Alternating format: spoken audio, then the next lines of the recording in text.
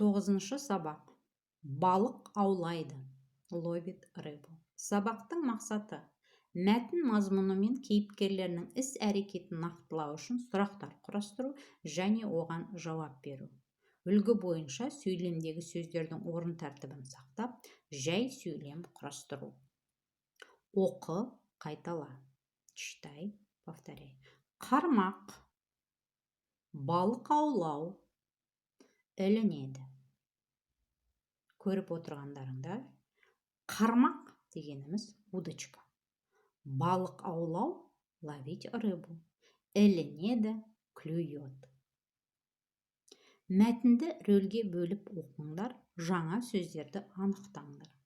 Прочитайте текст по ролям и найдите новые слова. Әлібек пен атасы өзенге барады.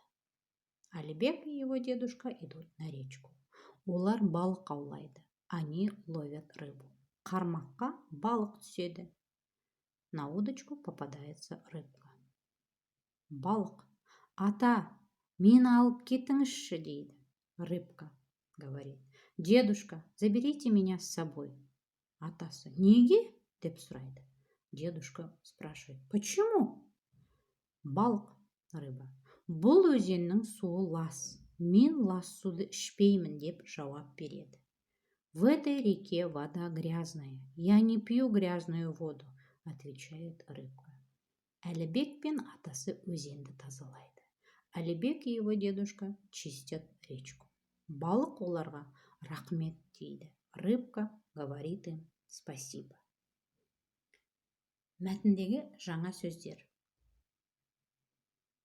Балық аулайды. Қармаққа. Ілінеді. Немесе түседі. Сұрақтарға жауап бер. Ответьте на вопросы, используя картинки. Әлібек пен атасы қайда барды? Үйге, өзенге, тауға. Дұрыс жауабы? Әлібек пен атасы өзенге барды. Екінші сұрақ. Әлібек пен атасы өзеннен не аулайды? Шаян, торғай, балық. Дұрыс жауабы? Әлібек пен атасы өзеннен балық аулайды.